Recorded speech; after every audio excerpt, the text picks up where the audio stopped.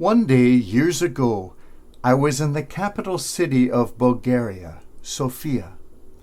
I went into the magnificent cathedral of Alexander Nevsky, where the Patriarch was celebrating Mass.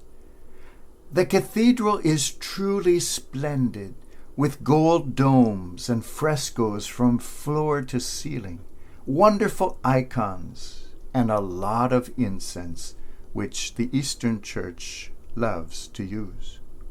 The Patriarch came in all his splendor and wearing a long veil, which he ceremoniously exchanged for a crown of gold. He put on rich gold brocade vestments and began a gorgeous 3-hour-long Mass with one of the most beautiful choirs I have ever heard. It was like being in an opera house. I have always held that God's favorite language is music. On that day, God truly spoke through that music. I did not understand many of the words, but I could feel the divine presence. I could sense that presence in the magnificence of the edifice, in the wonder of the icons, in the glory of the Patriarch. But my favorite church in that city was a tiny Russian church down the street. There I went every morning for prayer and every evening for Vespers. It did not have the grand scale of the cathedral. It was very intimate. The smoke from the censers there had turned the icons almost black. There was something of the mystery of God there too, which the Eastern Church has been able to maintain much more than we in the West. There too was music every day, not the huge operatic choir of the cathedral, but a little schola of 4 or 5 voices who sang in the most angelic harmony. It was like being around the throne of God. There were so many candles in the church there. The Eastern Church loves candles too. Well, the lady next to me got a little too close to those candles, and she caught on fire.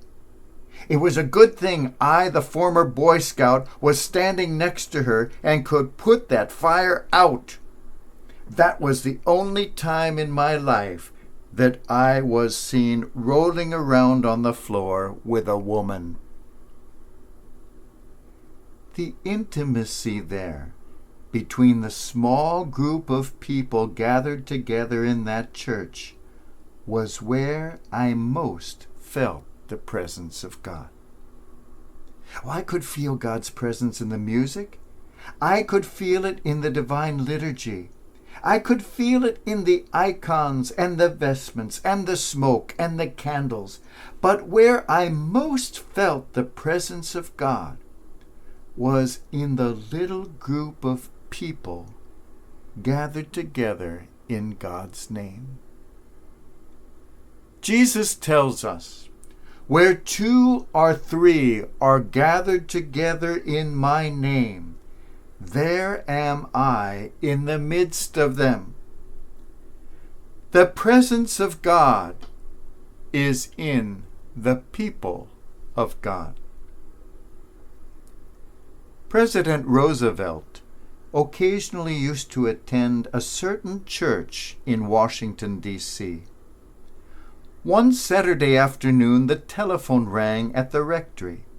A woman's voice asked whether President Roosevelt would be present in church the next day. The pastor said, "That I cannot promise, but God will be present, and that should be incentive enough to assure a reasonably large attendance."